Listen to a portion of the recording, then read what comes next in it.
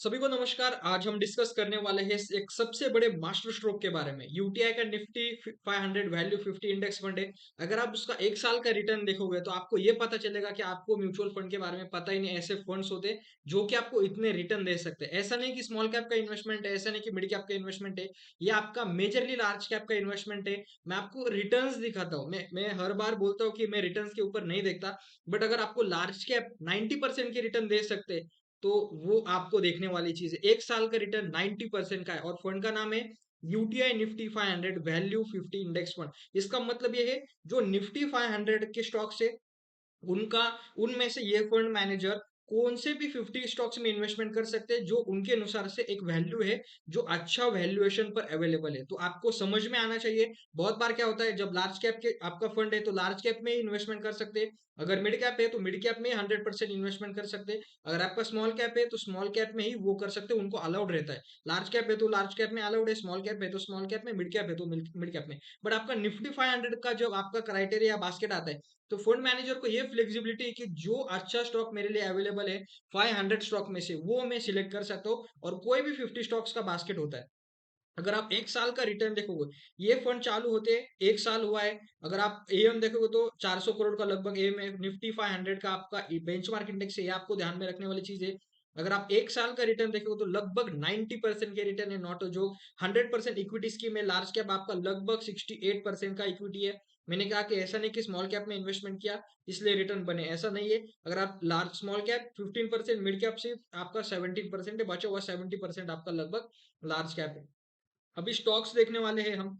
अगर आप returns compare करो पेयर कंपैरिजन में तो बहुत सारे फंड्स अवेलेबल है ही नहीं जो निफ्टी 500 का इंडेक्स फंड है।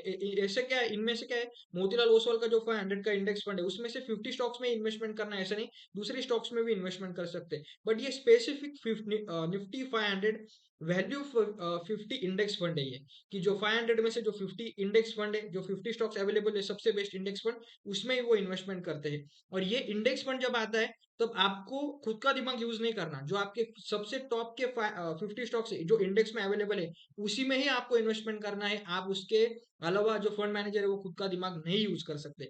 ये इंडेक्स फंड के आपको बारे में पता होना चाहिए, राइट। तो मैं आपको बताता हूँ अभी, डिटेल में चलते हैं। यहाँ पर आप डिटेल अगर पोर्टफोलियो एनालिसिस देखो तो हम ये देखेंगे कि कहाँ पर इन्वेस्टमेंट क्या है। मेरी छोटी सी सबसे एक रिक्वेस्ट है, अगर आप वीडियो देख रहे हो तो प्लीज चैनल को सब्सक्राइब करना। चैनल में 60-65 सब्सक्राइबर से प्लीज उसे 100 तक लेके जाना, इतनी छोटी सी रिक्वेस्ट है। प्लीज चैनल को सब्सक्राइब करना, राइट। अभी इमीडिएटली स्क्रीन के ऊपर देखते तो स्टॉक्स में किस में इन्वेस्टमेंट क्या है। Grasim India, NTPC National Thermal Power Corporation large cap है। ONGC Hindalco Power Grid Corporation, Coal India State Bank, Vedanta, Tata Steel, Indian Oil Corporation, UPL, Bharat Petroleum, Power Finance Corporation, GAIL. उसके बाद आता है आपका Bank of Baroda, Steel Authority of India, Hindustan Petroleum, REC, Hindustan Zinc, Canara Bank, Redington, NMDC, Tata Chemical. यहाँ ये छोटे छोटे अभी 1-1% का होल्डिंग है। अगर आप टॉप के होल्डिंग देखोगे तो टॉप के होल्डिंग में कहा है, ग्रासिम में है, एनटीपीसी है। अगर आप सेक्टर देखोगे तो सेक्टर में कहाँ पर उनका इन्वेस्टमेंट है। अगर आप सेक्टर देखते हो तो सेक्टर में अप्रैल मई जून, अगर आप इन एनर्जी सेक्टर सबसे बेस्ट रिटर्न देने वाला। उसके बाद आता है मेरा फेवरेट फाइनेंशियल। आपको एक एडवाइजर की या फिर किसी की जरूरत क्यों होती है मैं आपको बताता हूँ। ये क्वार्टर में सबसे अच्छे रिजल्ट देने वाले स्कीम्स को जो स्टॉक्स कौन से वो फाइनेंशियल के थे और एनर्जी सेक्टर के थे। तो आपका अगर फंड देखोगे तो फंड में ऑलरेडी एनर्जी और फाइनेंशियल ज्यादा है, तो आपके लिए म्यूचुअल फंड कौन सा चूज करना है आपके लिए, इसीलिए एडवाइजर होना चाहिए। वो कोई भी एडवाइजर हो सकता है, आपके इक्विटी रिसर्च एनालिस्ट हो सकते हैं, आप उनके रिपोर्ट्स पढ़ सकते हो। कोई भी जो आपको गाइड कर सके ऐसा पर्सन आपको होना चाहिए इन्वेस्टमेंट के लिए, 100% होना चाहिए। तो आपको यहाँ पर दिखा है मैंने क्या इस फंड में इन्वेस्टमेंट करना चाहिए। मैं आपको कहूंगा, अगर आपका लॉन्ग टर्म का होराइजन है, अभी होता क्या है कि जो वैल्यू 50 का इंडेक्स है ऑब्वियस अच्छे स्टॉक हो गए, फंडामेंटली अच्छे स्टॉक हो गए। अगर आपको long term horizon, long term horizon मतलब 10 साल 20 साल ऐसा नहीं, अगर आप 3 साल 2 साल के ऊपर होराइजन है तो आपको 100% इस फंड में इन्वेस्टमेंट करना चाहिए। कोई मतलब टेंशन लेने की जरूरत नहीं है। ये इंडेक्स फंड है, ध्यान रखना। इंडेक्स फंड में क्या होता है, फंड मैनेजर मान लो यूटीआई हो, मोतीलाल ओसवाल हो, कोई भी हो, उनको इंडेक्स में जैसा प्रोपोर्शन है, जितना प्रोपोर्शन है उतना उनमें ही इन्वेस्टमेंट करना है। खुद का दिमाग ज्यादा वो चला नहीं सकते, ये चीजें आपको ध्यान में रखने वाली है। तो क्या इस फंड में इन्वेस्टमेंट करना है, 100% आपका इन्वेस्टमेंट होना है। कितना इन्वेस्टमेंट हो सकता है, मेरे ख्याल से आपका इन्वेस्टमेंट 15 टू 20% ये स्कीम में होना चाहिए, या फिर मैक्स टू मैक्स आपका 20% होना चाहिए, उससे ऊपर नहीं। आप मिनिमम 5% कर सकते हो, 10% कर सकते हो। आप बहुत कंजर्वेटिव हो, आपके पास रिस्क की ज्यादा कैपेबिलिटी है नहीं, आप 7%, 5%, 10% कर सकते हो। बट आप अगर रिस्क ले सकते हो, थोड़ा एक एग्रेसिव नेचर से चलते हो। अभी इक्विटी में कब इन्वेस्टमेंट करना है? जब मार्केट बूमिंग सिचुएशन में है, तो आपका इक्विटी का प्रोपोर्शन बढ़ना चाहिए।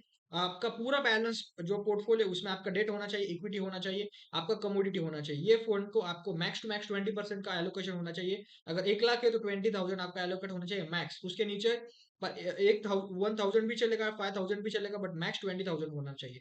यहाँ तक अगर वीडियो देखा होगा, कुछ एनालिसिस अगर अच्छा लगा होगा, कुछ क्वेरी होगा, वो कमेंट में पूछ लेना। एनालिसिस अगर अच्छा लगा होगा तो प्लीज चैनल को सब्सक्राइब करना। वीडियो देखने के लिए thank you very much. Have a great day. Thank you.